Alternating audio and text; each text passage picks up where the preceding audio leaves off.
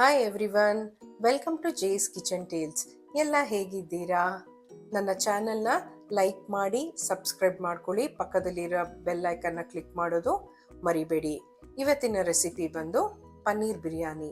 ಪನ್ನೀರ್ ಬಿರಿಯಾನಿ ಮಕ್ಳಿಗೂ ಇಷ್ಟ ಆಗುತ್ತೆ, ದೊಡ್ಡವ್ರಿಗೂ ಇಷ್ಟ ಆಗುತ್ತೆ.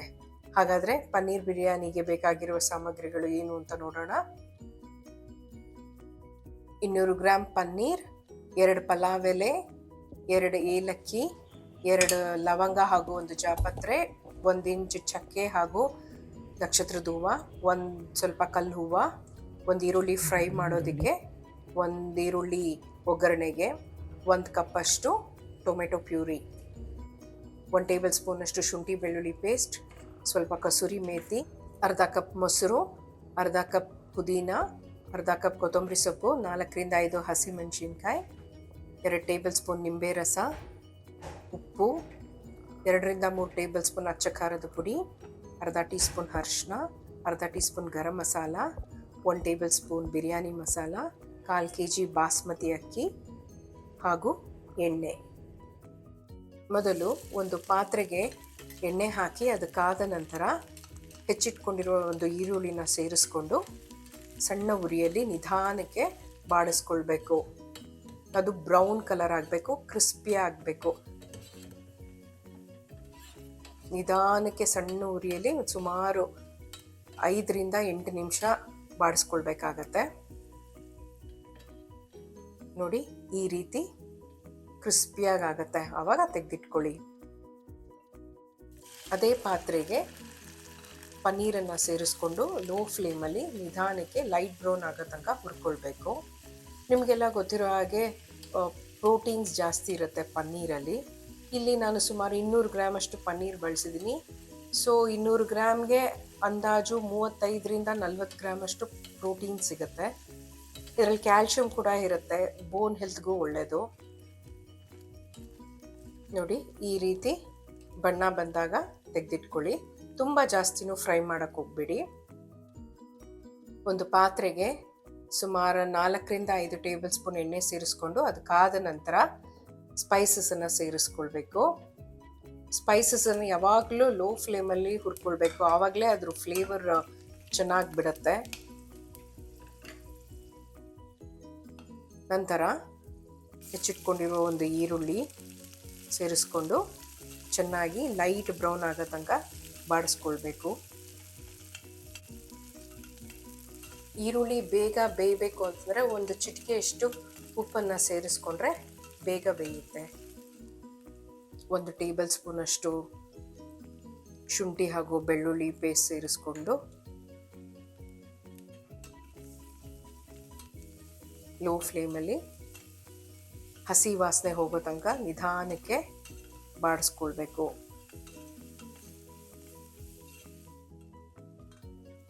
ನಂತರ ಹೆಚ್ಚಿಟ್ಕೊಂಡಿರುವ ಹಸಿಮೆಣಸಿನ್ಕಾಯಿ ಸೇರಿಸ್ಕೊಳ್ಬೇಕು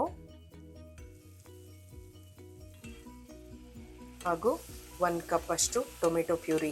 ಇಲ್ಲಿ ನಾನು ಟೊಮೆಟೊನ ಬ್ಲಾಂಚ್ ಮಾಡಿಲ್ಲ, ಹಾಗೆ ಹಸಿ ಟೊಮೆಟೊನೇ ರುಬ್ಬಿಟ್ಕೊಂಡಿದ್ದೀನಿ. ಅರ್ಧ ಕಪ್ ಅಷ್ಟು ಪುದೀನ ಸೇರಿಸ್ಕೊಳ್ತಾ ಇದ್ದೀನಿ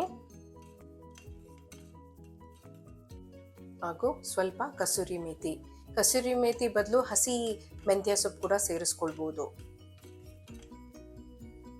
ನಂತರ 2 ರಿಂದ 3 ಟೇಬಲ್ ಸ್ಪೂನ್ ಅಷ್ಟು ಅಚ್ಚ ಖಾರದ ಪುಡಿ,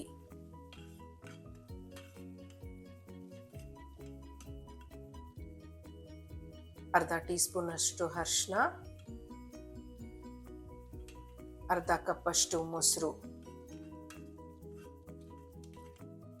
ಮಸಾಲೆ ಎಲ್ಲ ಚೆನ್ನಾಗಿ ಹೊಂದ್ಕೊಳ್ಳೋ ಹಾಗೆ ನಿಧಾನಕ್ಕೆ ಬೇಯಿಸ್ಕೊಳ್ಬೇಕು. ನೋಡಿ, ಈ ರೀತಿ ಎಣ್ಣೆ ತೇಲೋ ಥರ ಬೇಯಿಸ್ಕೊಳ್ಬೇಕಾಗತ್ತೆ.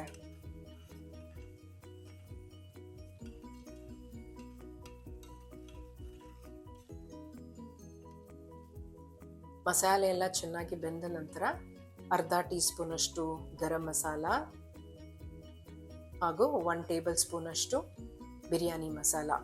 ಬಿರಿಯಾನಿ ಮಸಾಲ ಯಾವ ಬ್ರ್ಯಾಂಡ್ ಬೇಕಾದರೂ ಹಾಕೋಬೋದು, ಒಳ್ಳೆ ಫ್ಲೇವರ್ ಕೊಡುತ್ತೆ ಇದು ಸೇರಿಸ್ಕೊಳ್ಳೋದ್ರಿಂದ.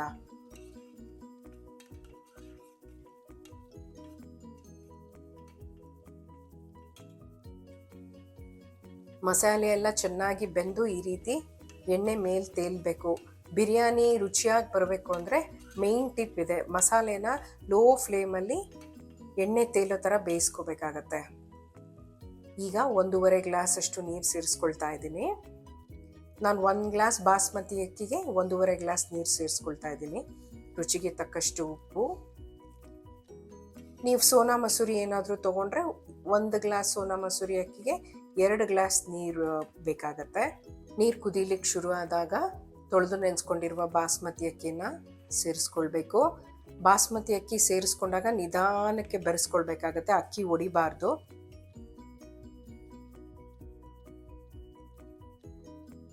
ನಂತರ ಅರ್ಧ ಕಪ್ಪು ಕೊತ್ತಂಬರಿ ಸೊಪ್ಪು ಹೆಚ್ಚಿಟ್ಕೊಂಡಿರ್ತೀವಲ್ಲ ಅದನ್ನು ಸೇರಿಸ್ಕೊಳ್ಬೇಕು.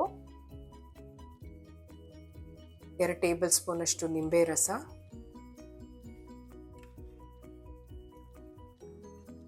ಮುಚ್ಚಳ ಮುಚ್ಚಿ ಸುಮಾರು ಅಕ್ಕಿ 3/4 ಭಾಗ ಅಷ್ಟು ಬೇಯೋ ತನಕ ಬೇಯಿಸ್ಕೊಳ್ಬೇಕಾಗತ್ತೆ.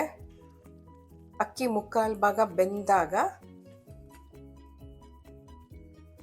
ನಾವು ಫ್ರೈ ಮಾಡ್ಕೊಂಡಿರುವ ಪನ್ನೀರ್ ಹಾಗೂ ಈರುಳ್ಳಿನ ಸೇರಿಸ್ಕೊಳ್ಬೇಕು.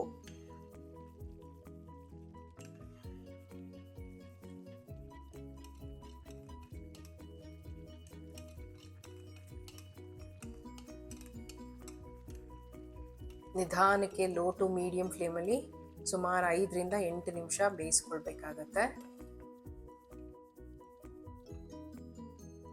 ಕಡೆಯದಾಗಿ 1ರಿಂದ 2 ಟೇಬಲ್ ಸ್ಪೂನ್ ಅಷ್ಟು ತುಪ್ಪನ ಸೇರಿಸ್ಕೊಂಡು ಮುಚ್ಚಳ ಮುಚ್ಚಿ ಲೋ ಫ್ಲೇಮಲ್ಲಿ ಸುಮಾರು 5 ನಿಮಿಷ ಹಾಗೆ ಬಿಡಿ. ನೋಡಿ ಎಷ್ಟು ಚೆನ್ನಾಗಿ ಬಿಡಿ ಬಿಡಿಯಾಗಿ ಬಿರಿಯಾನಿ ರೆಡಿಯಾಗಿದೆ. ನೀವು ಎಲ್ಲ ಟ್ರೈ ಮಾಡ್ತೀರಾ ಅಲ್ವಾ?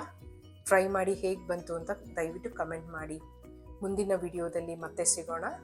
ಅಲ್ಲಿ ತನಕ take care. Love you all. Bye.